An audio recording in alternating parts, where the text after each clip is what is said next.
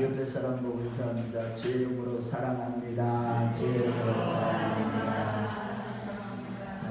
네.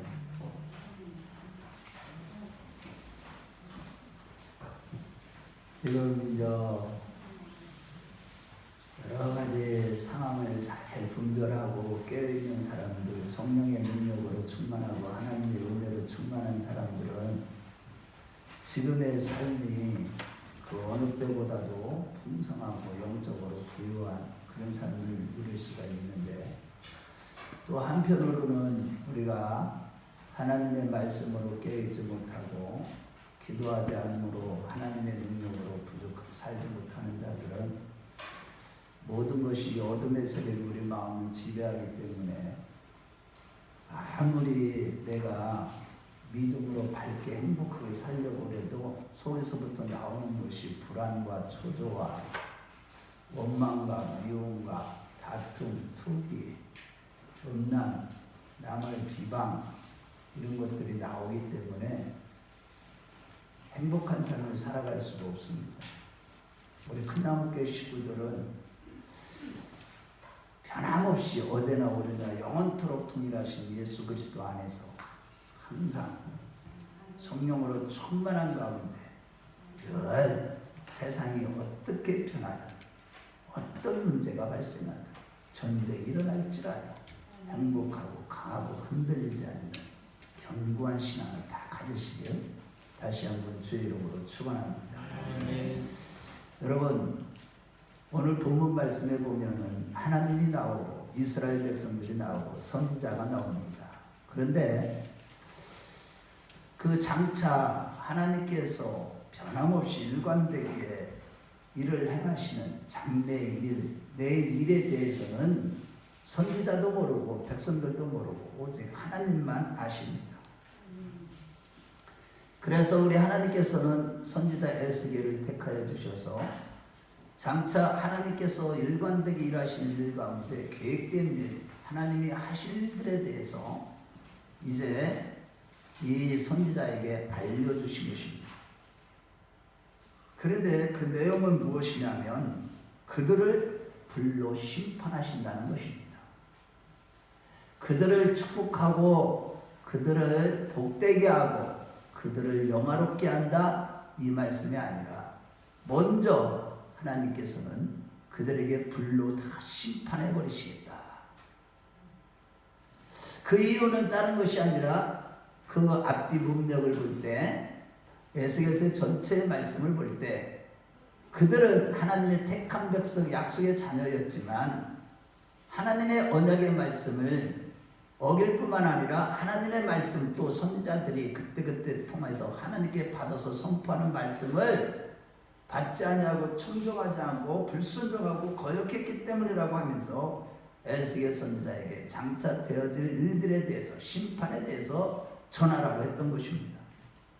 하지만 선지자가 대답하기를, 하나님, 저들이 내 말을 듣지 않습니다. 저들은 내가 알아듣지 못하는 말만 비유로 한다고 하면서, 그것도 언제나 부정적인 예언을 한다고 하면서 듣지 않는다고 합니다.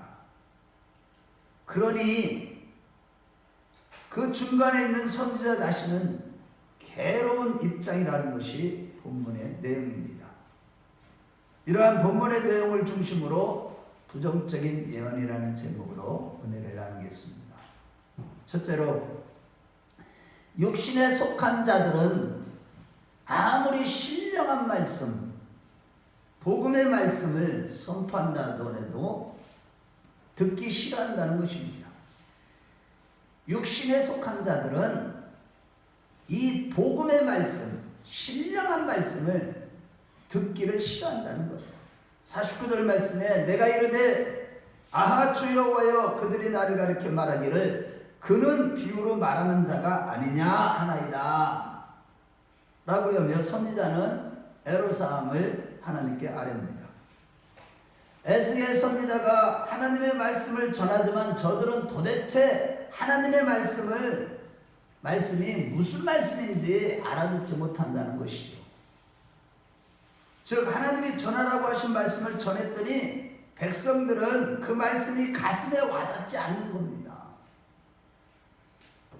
마땅히 깨달아지고 순종해야 될 말씀이지만 거기에 관심이 가지 않는다는 거예요.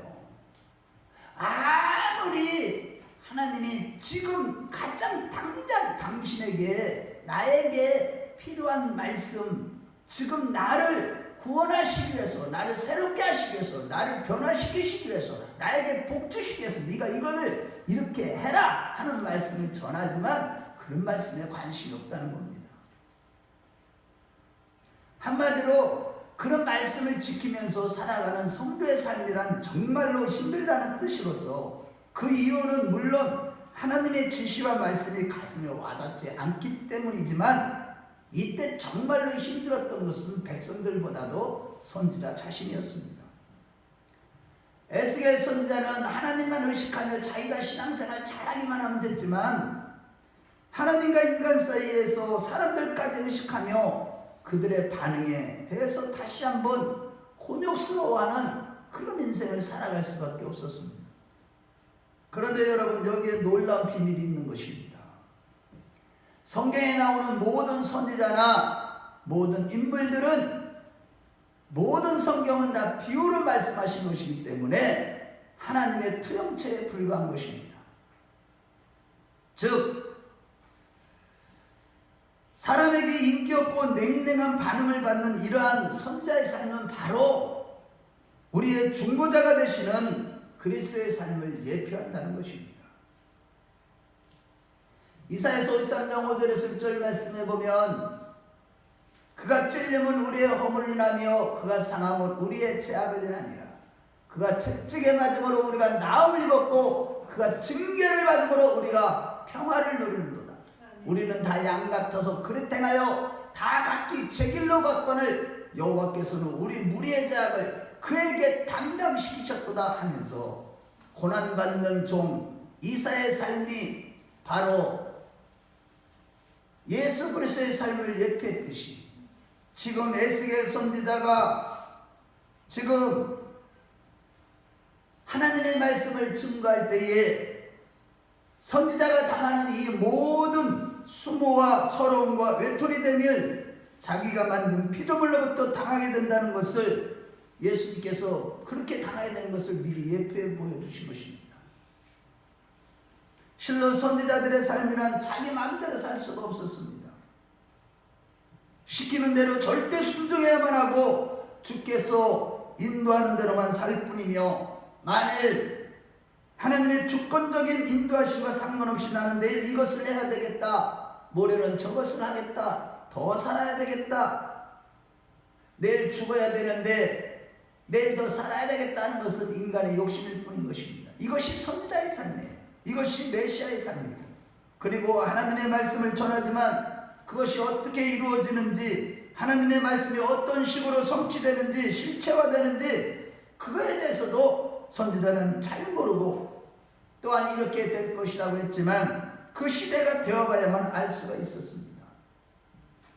게다가 가장 큰 문제는 백성들은 선지자가 전하는 말씀을 알아들을 수 없다는 사실입니다. 인간이란 자신이 태어난 시대의 관점을 가지고 살며 거기서 빠져나올 수가 없는 것입니다.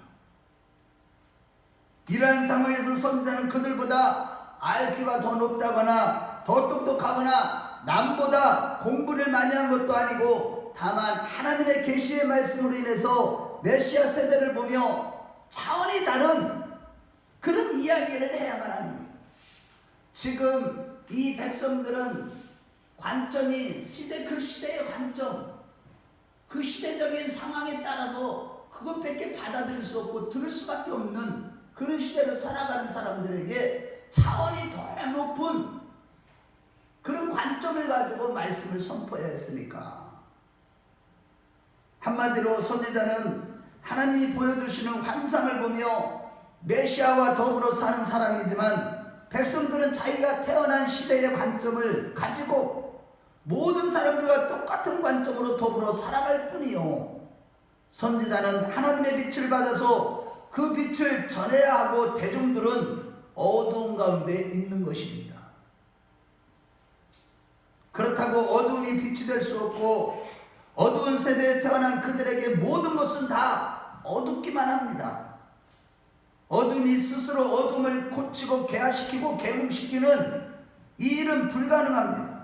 요한복음 1장에 보면 예수님은 빛으로 오셨지만 요한복음 1장 9절에서 10절에 참빛 곧 세상에 와서 각 사람에게 비추는 빛이 있었나니 그가 세상에 계셨으며 세상은 그로 말미암아 지은 바 되었으되 세상이 그를 알지 못하였고 라고 했듯이 선지자가 빛의 일을 말하지만 어둠에 갇힌 자들은 알아듣지도 못하고 깨닫지도 못하는 겁니다. 한마디로 세대가 다르고 차원이 다르고 한쪽은 빛이고 한쪽은 어둠이고 이렇게 되어 있으니 알아듣지를 못하는 겁니다.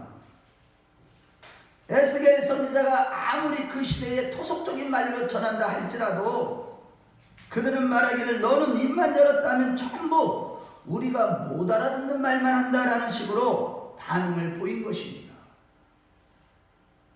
마찬가지로 예수님의 십자가 구속의 사역이 완성된 후에 성령으로 거듭나서 이제 하나님이 인도하신 가운데 영적인 사람이 된 사도들 또 주의 종들을 통해서 강대상에서 선포되는 십자가 복음이 도대체 무슨 말인지 모르겠고 그냥 하나님을 믿으면 되지 않느냐는 식으로 반응하며 오늘날도 살아가고 있는 것이 문제입니다.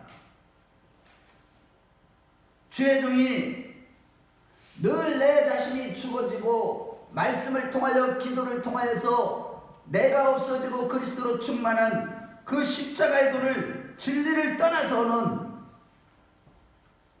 그 십자가의 진리를 떠나서 믿는 그 하나님은 우상일 뿐이라는 말씀을 이해를 하지 못하는 거예요. 내가 믿으면 되는 거지. 내가 예수님을 믿으면 되는 거지. 라고 하면서 십자가 진리를 떠난 그 믿음은 다 우상 숭배에 불과하다. 자신을 숭배하는 거, 자아를 숭배하는 것밖에 불과하다. 그렇게 가지고는 구원이 될 수 없다. 아무리 선포하지만 백성들은 알아듣지 못하는 거예요. 마치 기원전 400년 전에 그리스 철학자 가운데 고르기아스가 이런 얘기를 했어요. 진리는 없다. 있다 해도 우리가 모른다. 또한 진리를 안다 해도 남에게 전달할 방법이 없다라고 말한 것과 같습니다. 지금 상황이 그런 상황이에요. 이와 같이 하나님께서 인간을 만들었지만 인간은 세대 안에 갇혀 살기 때문에 자기를 만드신 분도 모르고 만드신 분에 대해서 분에게서 오는 선지자들을 통해 주시는 말씀을 알 수가 없는 것이에요. 모르는 거예요. 받아들일 수 있는 귀가 없는 겁니다. 눈이 없는 거예요. 보지를 못하는 거예요. 하나님이 일하심이 안 보이는 겁니다. 복음이 들리지 않아요. 그러한 답답하고 고통스럽고 괴로운 상황에서 선지자는 하는 비유가 이겁니다. 하나님이 이스라엘 땅에다 불을 지르겠다. 그리고 그 불을 지른 당사자가 바로 하나님이고 거기에 살아있는 그들은 불 지른 그 대가를 혹독하게 받으면서 우리가 믿는 하나님이 그 불을 일으켰구나 라고 고백하게 될 것이라는 내용으로 선포한 것입니다.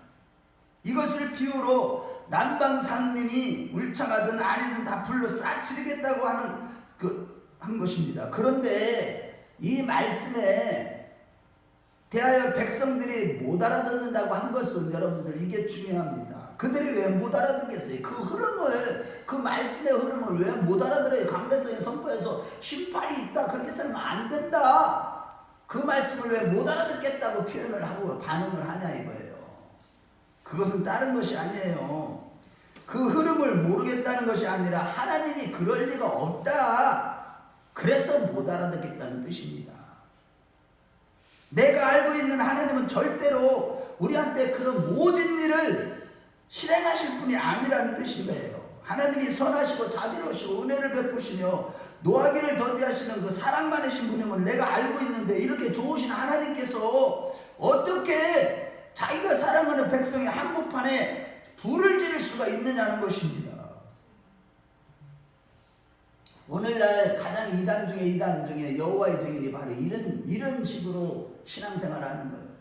이렇게 아름다운 자연 만물을 왜 하나님이 다 심판하시고 불로 다 태워버리시겠느냐. 그러니까 진리를 왜곡시키는 거예요. 마지막 때는요, 영지주의 이단 초대교회 때보다도 더 심한 이단들이 얼마나 많이 나타나는데, 지금도 기독교 안에 개인적으로 보면 다 이단들이에요. 이단들. 진리에서 떠나면 다 이단입니다. 이단. 갈라디아서 5장 19절 2절 이후에 말씀해 보세요. 이단들은요, 하나님 나라를 유업으로 받지 못해요. 진리를 떠난 신앙생활은 구원받지 못한다는 뜻입니다.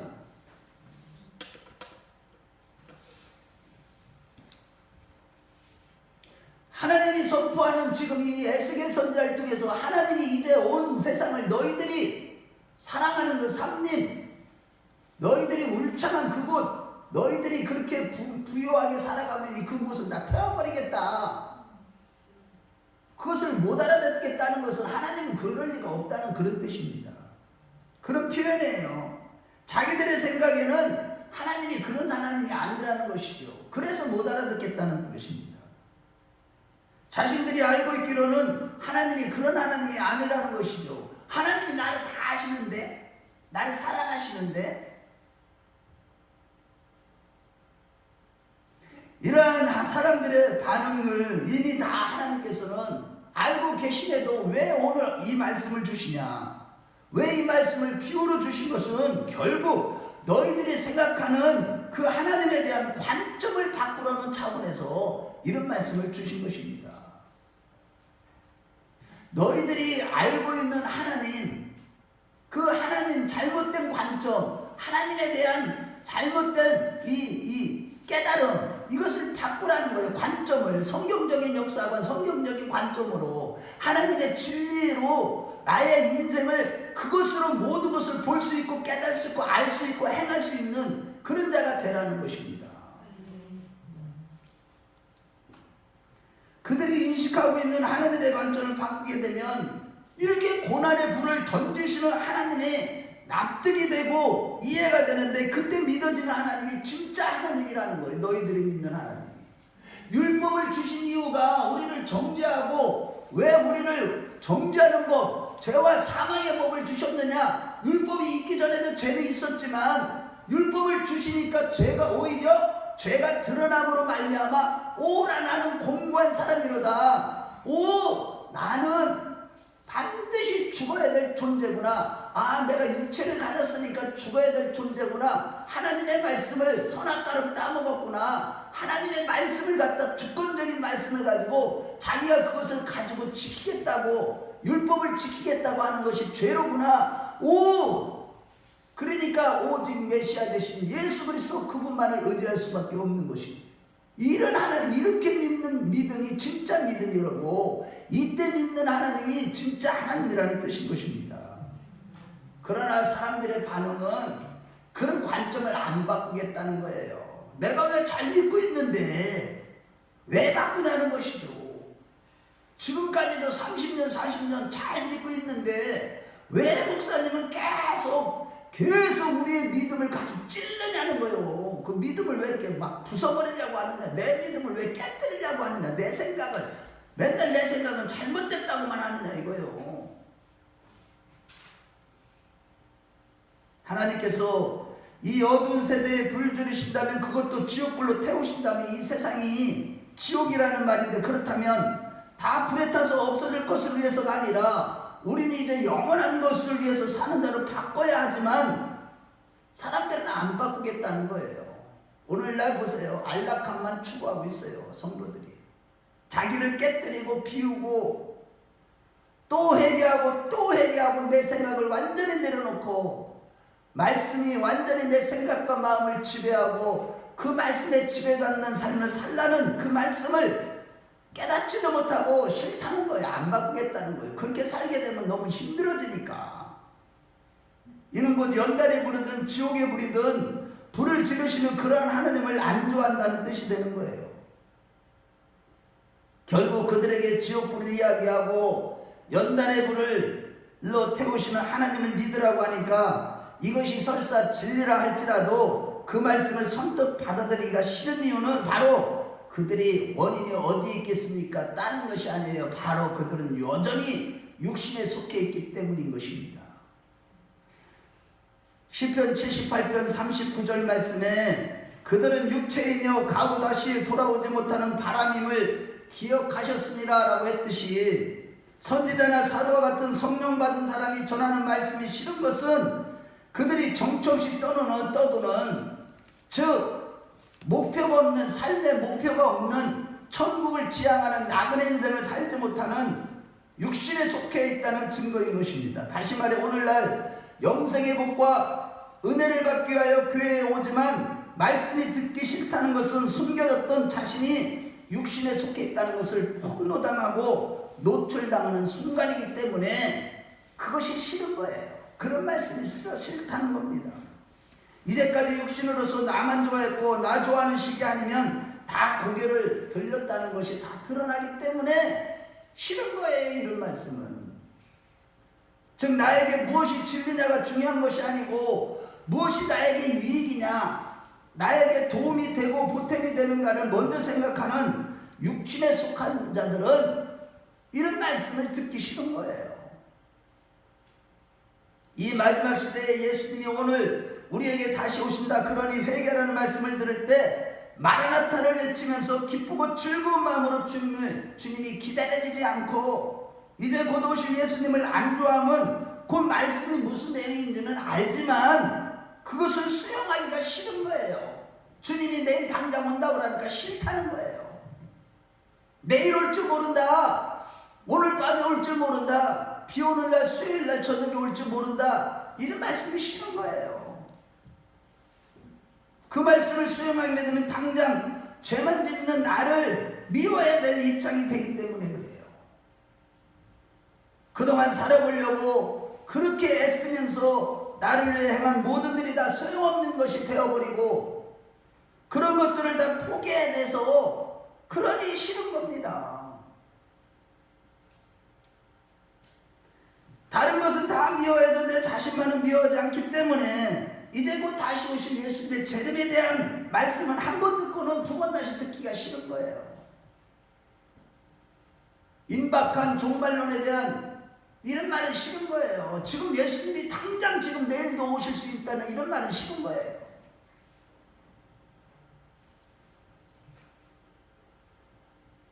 이같이 육신적인 사람들은 영적인 설교는 싫고 육신적인 말씀이 선포되는 곳을 찾아가는 겁니다.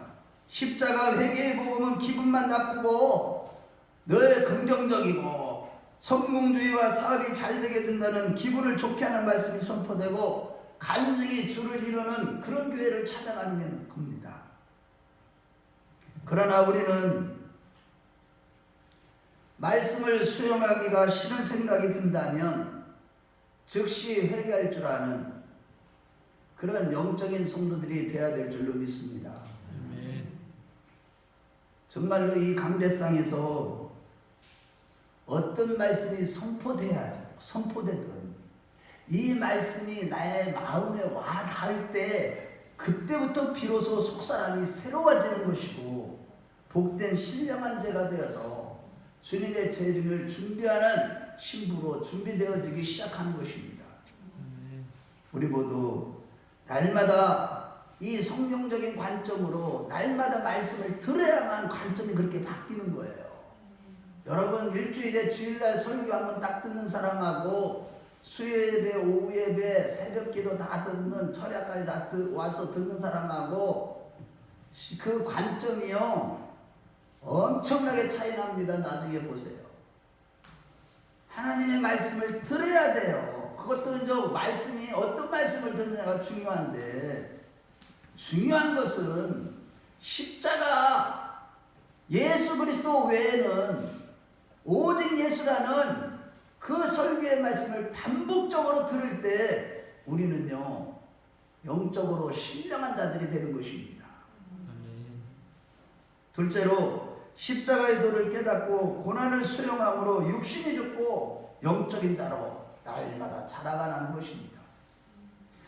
갈라디아 4장 말씀에 보면 오늘 예레미야가 복음을 전하니까 핍박을 당한 것처럼 갈라디아 4장 29절에 그러나 그때 육체를 따라 난 자가 성령을 따라 난 자를 박해한 것 같이 이제도 그러하도다 했듯이 어느 시대나 에스겔 선지자처럼 믿음의 사람, 곧 성령의 사람은 반드시 박해를 받으며 고난을 당하게 됩니다. 사라로부터 태어난 약속의 자녀인 이삭이 육신의 자녀인 이스마엘로부터 박해를 당했던 것처럼 성령으로 난 사람은 육신적인 사람들로부터 박해를 받게 되는 거예요. 교회 안에도 보면 성령의 사람들은, 영적인 사람들은 육신에 속한 사람들에게 핍박을 받게 되어 있습니다. 하지만 이것이 진리라 할지라도 핍박받는 것을 싫고 남에게 사랑받기만을 원하니까 모든 말씀은 다 싫고 성경 어느 대목도 다 싫은 거예요. 말씀이 듣기 싫은 거예요. 주님과 함께 고난을 당하라고 하면 내가 하는 이야기가 무슨 말인지 모르겠다. 왜 너는 우리를 못 알아듣도록 꼭 비유로 이야기하는 식으로 반응하는 거예요. 마치 육신에 속했던 고린도 교회처럼 성도들이 하나님의 말씀을 듣기 싫은 거예요. 오늘날 교회들이 말씀에 세워지지 않고 있는 이유가 다 거기에 있는 거예요. 육신에 속해 있기 때문에. 그것이 좋으니까 안락한 말 추구하는 거예요. 날마다 부어주고 뜯겨지고 예수님처럼 떡과 포도주가 되는 그런 삶을 살아가라고 본을 보여주셨는데도 그렇게 살아가기가 싫은 거예요. 그냥 칭찬 듣고 존경받고 교회 와서 위로받고 그냥 좋은 말만 듣고 가고 싶은 거예요. 인간적으로 좋은 말만. 고린도전서 6장에 보면 고린도 교회 성도들 간의 문제로 세상법에 고소까지 하는 일이 발생했을 때 고린도전서 6장 7절에 너희가 피차 고발함으로 너희 가운데 이미 뚜렷한 허물이 있나니 차라리 불의를 당하는 것이 낫지 아니하며 차라리 숨는 것이 낫지 아니하느냐. 아니 재판 문제로 인해서 세상 법정으로 갔을 때 사도 바울이 아주 그냥 책망을 한 거예요. 차라리 속아버리고 차라리 불의를 당하고 그런 것이 더 낫지 어떻게 그것을 세상 법정으로 끌고 나가느냐.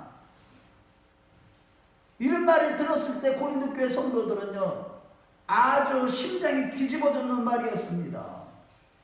물론 사도는 진리를 선포했지만 육신에 속한 그들에게는 아예 화병나게 만드는 무리하고 무모한 언사를 쓴 거예요. 누가 사기를 당해서 제가 이렇게 억울한 일을 당했습니다라고 하니까 차라리 사기를 당하세요 라고 한 거예요. 어느 여자분이 찾아와서 남편이 바람 피웠습니다. 바람을 피우고 그 여자와 살겠으니 저보고 이혼을 하자고 요구합니다 라고 했더니 차라리 이혼 당하세요? 그렇게 권면한 거예요. 아니 목사님한테 찾아와서 내가 이렇게 힘들고 어려운데 어떻게 당신이 죽어요. 십자가를 지세요. 그거 가지고 아버지께 나와서 기도하세요. 더 잘해주세요. 남편한테 더 잘해주세요. 이혼하자고 하고 나를 핍박하는 남편한테 더 잘해주세요. 이런 얘기를 하는 거예요. 이렇게 주님과 함께 고난을 당하라고 했지만 육신에 속한 그들에게는 이것이 답이 되지 못한 거예요. 이렇게 주님과 함께 고난을 당하는 것이 바로 부어지고 뜯겨지는 삶, 십자가를 지고 주님을 따르는 사람이요 자기를 부인하는 삶인 것인데 이런 말씀을 받아들일 수가 없었던 것입니다. 그러나 여러분 로마서 8장 17절에 18절 말씀에 우리가 그와 함께 영광을 받기 위하여 고난도 함께 받아야 할 것이니라. 생각건대 현재의 고난은 장차 나타날 영광과 좋게 비교할 수도 없도다라고 했고 빌립보서 1장 29절에는 그리스도를 위하여 우리가 그와 함께 영광을 얻기 위하여 고난도 그를 위하여 받게 하려 하시니라. 분명히 그렇게 말씀하셨어요. 우리가 은혜를 받아 영생의 길을 걸어갈 때 반드시 너에게는 고난이 필요하다. 성경은 분명하게 말씀하고 있습니다. 고난을 당해야 된다는 거예요. 하지만 안타깝게도 오늘날 이런 고난에 대한 말씀을 전적으로 신뢰하는 신실한 자답게 제가 교회에 다니고 하나님 잘 믿고 싶고 잘 믿겠습니다. 그러니 그리스도와 함께 고난받는 것도 제가 영광으로 여기겠습니다. 주님의 몸된 교회의 남은 고난을 내 육체에 채우겠습니다. 내가 담당하겠습니다. 이렇게 기도하는 사람은 찾아보기 힘들고 대부분이 고난을 받게 되면 떠나거나 감사보다는 제발 이 힘든 인생 왜 자꾸 괴롭게 하시냐고 하며 원명하고 불평하는 것이 문제입니다. 나는 잘 믿으려고 하고 잘 믿고 있는데 하나님은 언제까지 나를 힘들게 할 것이냐 라고 따지면서 말씀도 내가 좋아하는 소리만 듣고 싫어하는 소리는 아예 듣지를 않는 거예요. 길을 닫아버리는 거예요. 교회 와서. 아, 오늘 말씀 또 목사님 저 말씀이네. 길을 닫아버려. 그 말씀을 듣고서 내가 또 아멘을 먹어야 되는데 안 먹는 거예요. 그 말씀은 육체로 받으니까 그 말씀을 영으로 받아서 생명으로 받아서 내가 죽고 영이 살아나야 되는데 그런 말씀을 안 받는 겁니다.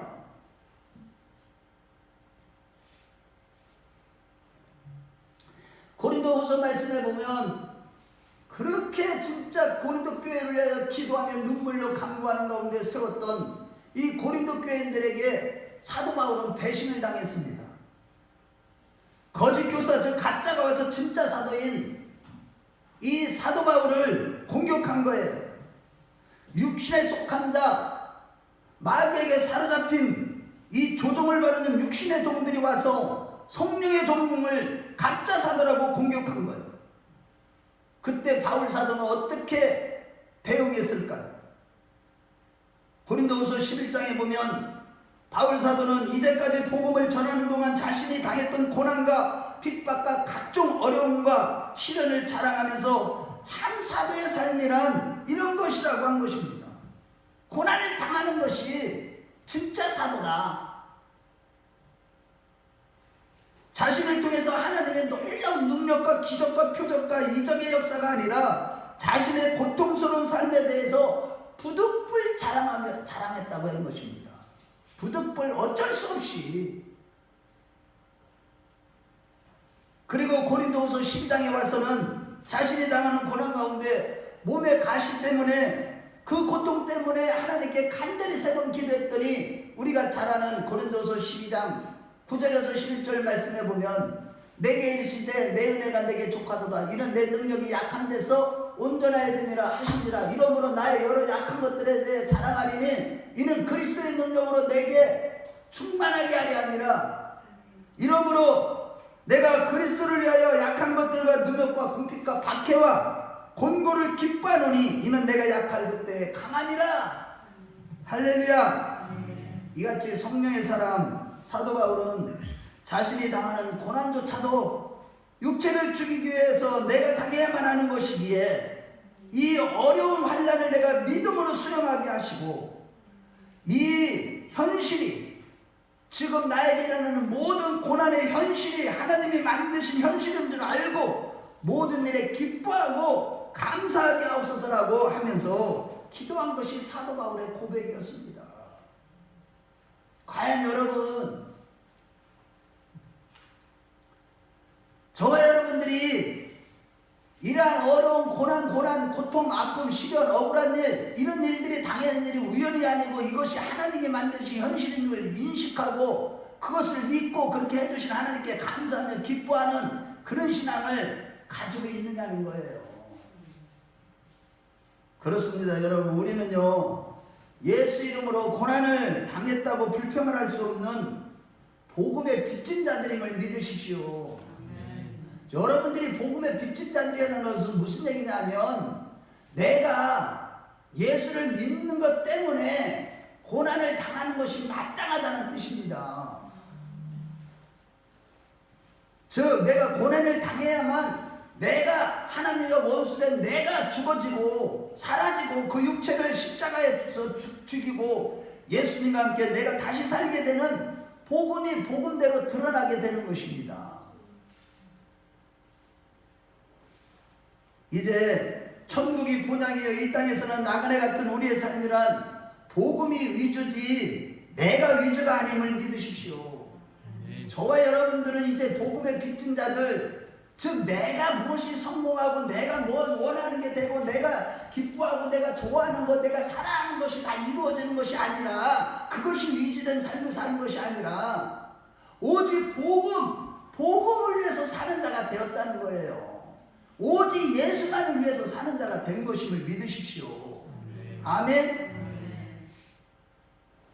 그거 안 믿으면요 신앙생활 맨날 갈등 생활이고요 영적으로 신령한 자로 자라갈 수가 없어요. 조금만 어려움이 와도요, 원망 불평하고 누구 핑계대고 누구 미워하고 누구 판단하고, 그 믿음이 없어서 그래요. 복음의 빚진 자라는 그 심정이 없어서 그래요. 자기는 복음의 빚진 자이기 때문에 어떤 복음 때문에, 예수 때문에, 예수 믿는 것 때문에 어떤 어려움이 와도 나는 그것을 다 받아들여야 되겠다는 그 믿음이 없어요. 그러니까 떠나는 거예요. 지금 보세요. 얼마나 많이 떠나는지. 이런 십자가 신앙이 없기 때문에, 십자가를 지고 자기를 부인하는 신앙이 없기 때문에, 그저 기복주의 이단 사상에 물들어져 가지고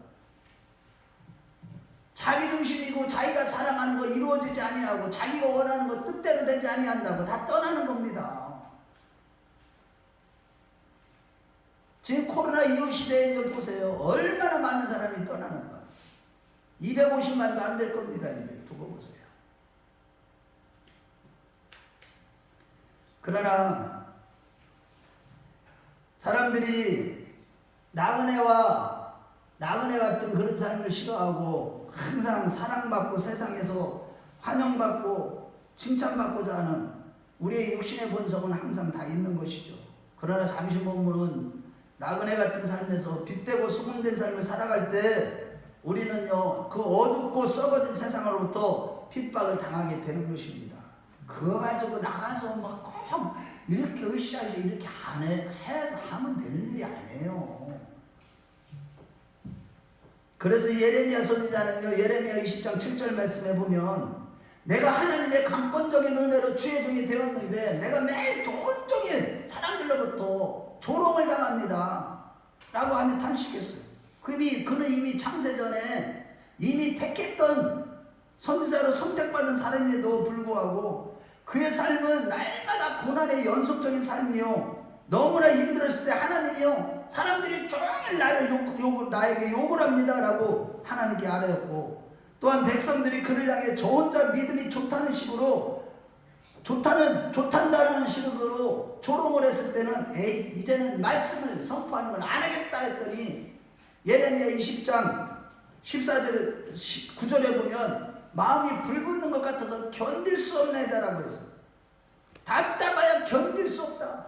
즉 그는 주의 말씀을 전해도 문제고 전하지 않으면 더욱더 괴롭기 때문에 예레미야 20장 14절에서 15절 말씀에 보면 심지어 자기 생일까지 저주하면서 20장 18절에 뭐라고 얘기했느냐 하면, 어찌하여 내가 태에서 나와서 고생과 슬픔을 보며 나의 날을 부끄러움으로 보내는고 라고 하며, 하나님이여 내 팔자가 왜 이렇습니까? 내가 괜히 태어나서 이런 고생을 하고 있다고 탄식한 거예요.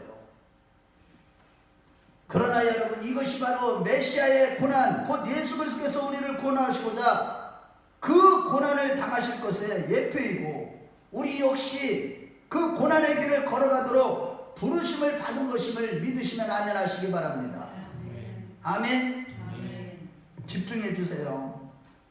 그래서 우리 한번 찾아봐요. 베드로전서 2장 21절 우리 다 함께 찾아보겠습니다.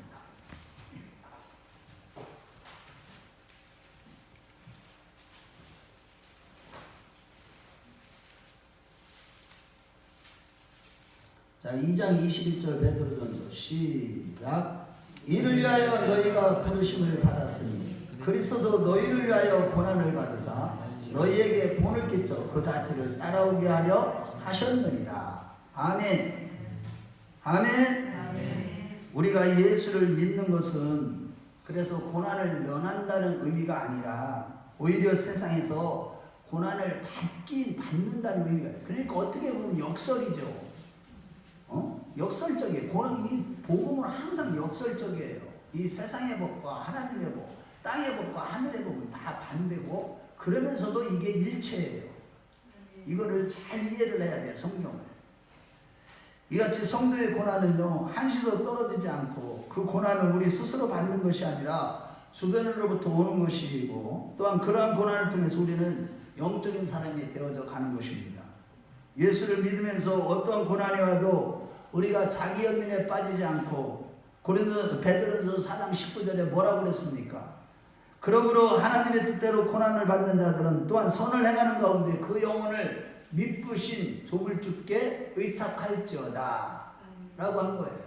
그러니까 창조주 하나님께 우리가 고난을 당하고 너무 힘들 때 우리 영혼을 하나님께 의탁하는 그런 믿음으로 살아가라는 것입니다. 이것이 바로 우리를 향하신 하나님의 뜻인 것입니다. 하지만 그리스도와 함께 고난받는 영광에는 관심이 없고 제발 좀 우리가 받아들이고 알아들을 수 있는 소리만 해달라는 것이 오늘날 성도들의 문제예요. 내게 이익이 되는 것, 그 육신이 원하는 성공하고 잘되고 사랑받고 칭찬받는 그런 복음, 하나님이 보시기에 좋은 것이 아니라 우리의 보기에 진짜로 기쁜 소식의 말씀만 해달라고 요구하는 것입니다.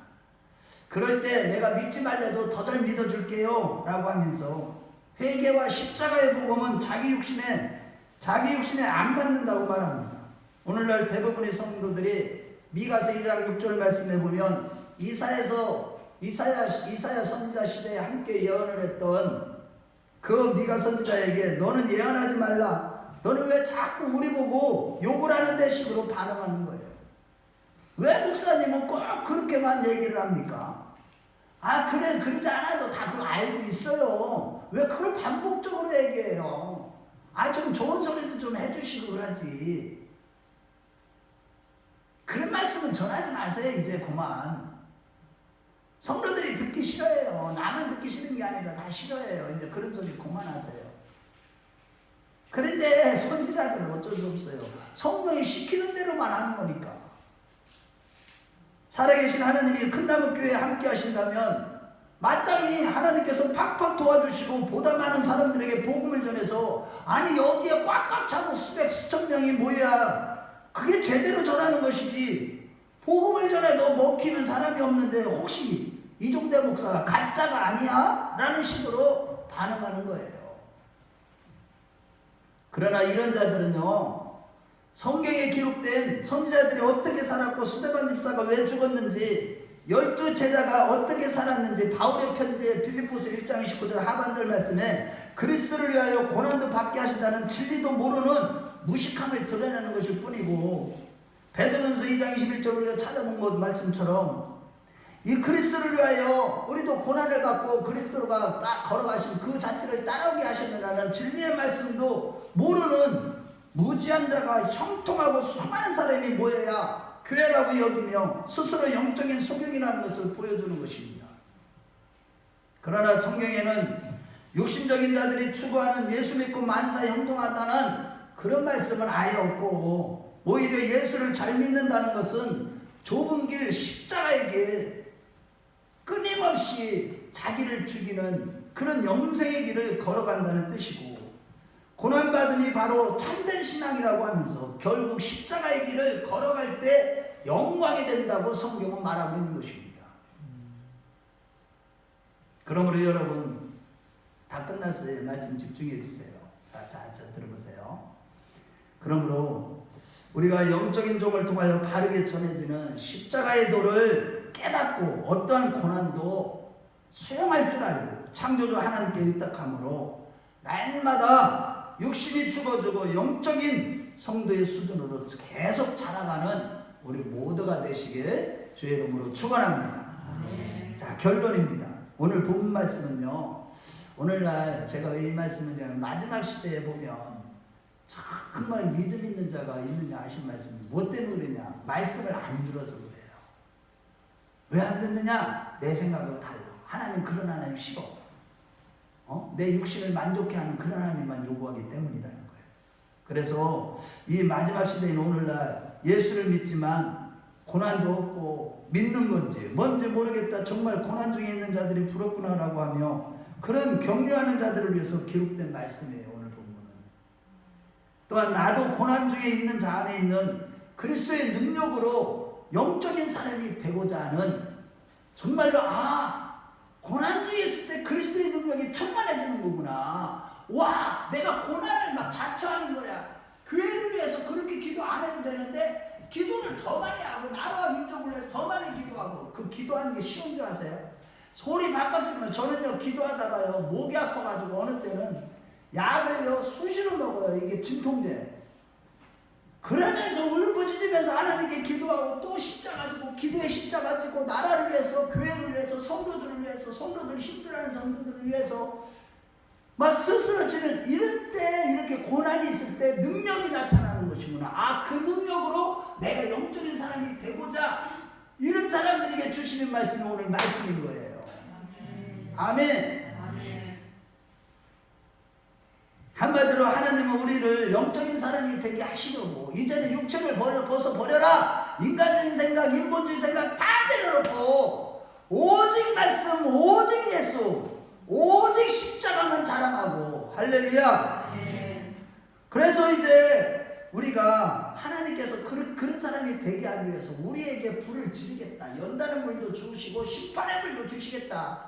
조금만 잘못해도 가만히 안 있으시고 우리 하나님은 아주 심판의 불을 빨리 내려주셔갖고 그래갖고 마음을 어느 때는 평강을 다 뺏어가 버리시고 다 이유가 있는 거예요. 영적인 사람이 되라는 사인인 거예요. 지금 고난 당하는 게 낫지 지옥불에 떨어지면 얼마나 무서운 줄 아냐고요. 돌이킬 수도 없어요. 이제는 영원토록 세세토록 고통에서 불심판에서 와 끔찍한 마귀들도 벌벌벌 떠는 그런 지옥불에 떨어지는 것이 돼서는 절대 되지 않기 때문에 우리 큰나무교 식구들은 그런 영혼들이 어린아이서부터 어른까지 한 명도 없으시길 주의 이름으로 축원합니다. 날마다 영적인 자로 변화되지 않으면 안 된다는 거예요. 죽음이 곧바로 오는 거예요. 죽음은 순서가 없어요. 주님 앞에 누가 먼저가 서을지 모른다니까요.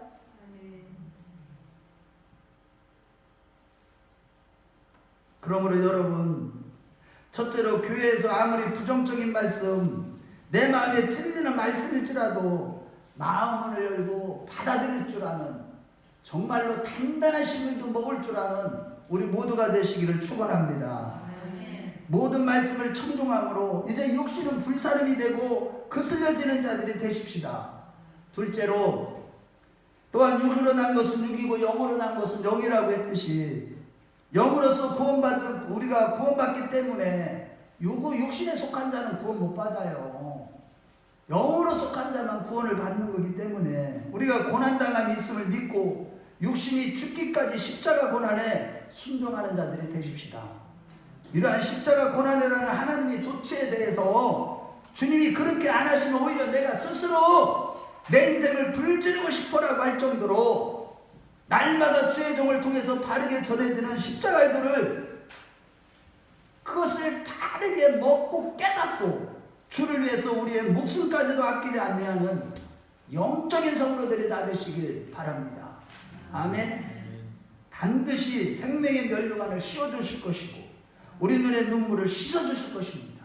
우리 모두 그러한 자들이 다 되시길 주의 이름으로 축원합니다. 주의 이름으로 축원합니다. 우리 다 같이 기도하겠어요. 여러분 눈을 한번 감아보세요. 가슴에 손도 대보세요. 내가 지금 누구인가가 중요해요. 내가 지금 육신에 속한 자냐 영에 속한 자냐 하나님의 말씀이 달게 느껴지냐 아 듣기 싫은가. 지금 내가 하나님의 말씀이 달게 느껴지지 않는다면 회개하셔야 돼요. 뿐만 아니라 고난이 나에게 유익인 거예요. 고난이 없으면 우리는 누구도 있잖아요. 영적인 성도가 안 되기 때문에 자기를 부인하지를 못해요.